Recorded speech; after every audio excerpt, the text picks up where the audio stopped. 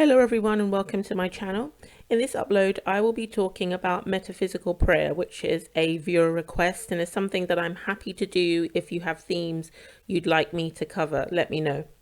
So I'm going to be brief and run through what metaphysical prayer is, what my experience of it has been and how I've used it. But first, as usual, thank you to every subscriber particularly and to every viewer. Your support is tangibly felt.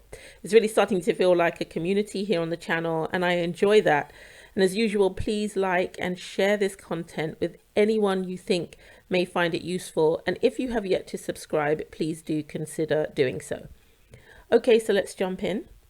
When approaching any topic of this type, my recommendation is that you start with consciousness. That's to say, consciousness being the root or source origin of everything in existence, including animate and inanimate things, events, conditions, circumstances, possessions, and the list goes on. And when I say start with consciousness, I mean contextually. So in other words, if consciousness is the source origin of all things and metaphysics is the observation of consciousness in operation, what do I think metaphysical prayer is? With this type of inspection, you're opening yourself up to a real understanding of esoteric ideas. So if metaphysics or our observations of consciousness are psychological, it follows then that metaphysical prayer is a psychological device. In fact, Neville Goddard, whom most people associate with this knowledge, teaches us that metaphysical prayer is a movement of mind, or in other words, a radical shift in the body of ideas that shape our expression of life and our experience of the world. So unlike the ritualistic forms of prayer practiced in the Christian world or the Islamic world, metaphysical prayer is neither petition making nor supplication. Our working relationship with consciousness is psychological. And it is what our psychological condition causes us to emote that we impress upon or communicate to consciousness. So it's very important that we understand that we are not given any help in this. Our minds are private sanctums. We cannot give another person access to our thoughts, and so no other person can emote for us. So when we use metaphysical prayer, we have to decide and be really clear about what it is we want to impress on consciousness. When we are aware of a desire, for instance, we have to decide whether to agree to its expression or to stay as we are.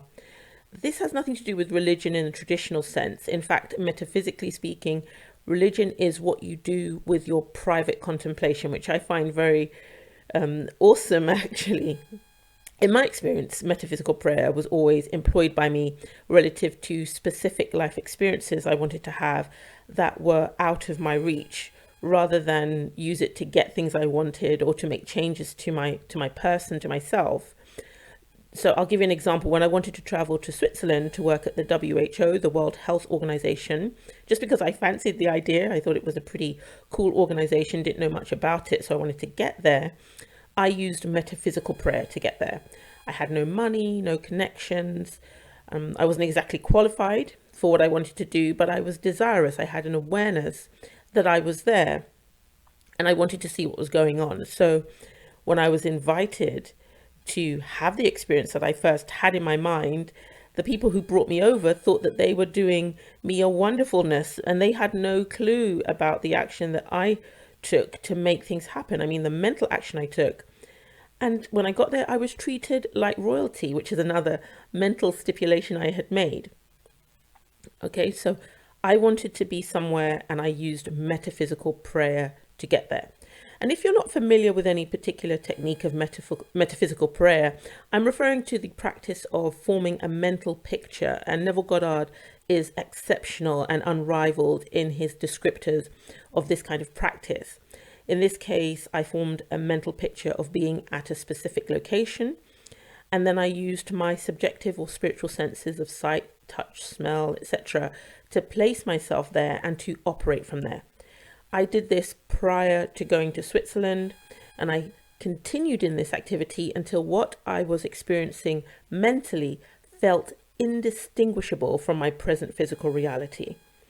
What I mean by that specifically is that when I was able to touch something in the location or see something or perceive an odor or taste something or hear, I experienced those things as completely real. They felt as real to me as the use of my natural physical senses felt.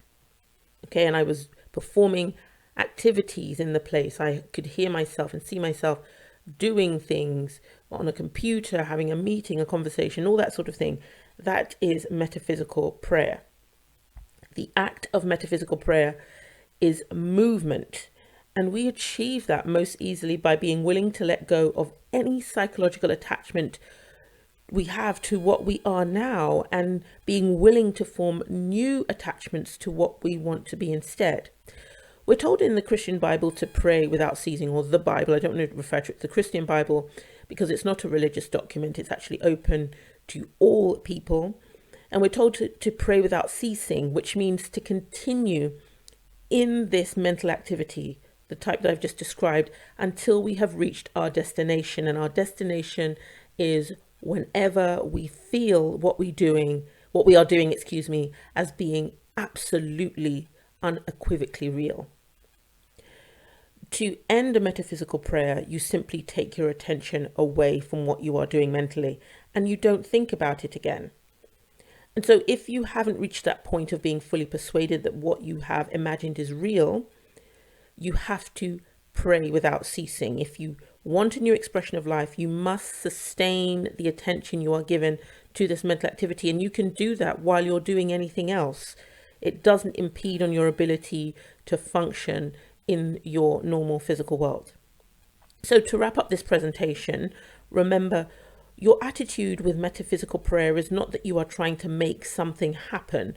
This is not a supplication. You're not asking a higher power outside of you to give you something you want. You are operating as the higher power and transmitting to your human aspect the things that you want in the form of mental images. You're then waiting for your human aspect to agree with you, and it does that through feeling that what you are transmitting to it mentally is absolutely real. And then and only then will you have prayed successfully, and what you've prayed for will become objectively real. So I hope this has been useful. Thank you for listening. Please remember to post any questions or comments in the comment section below.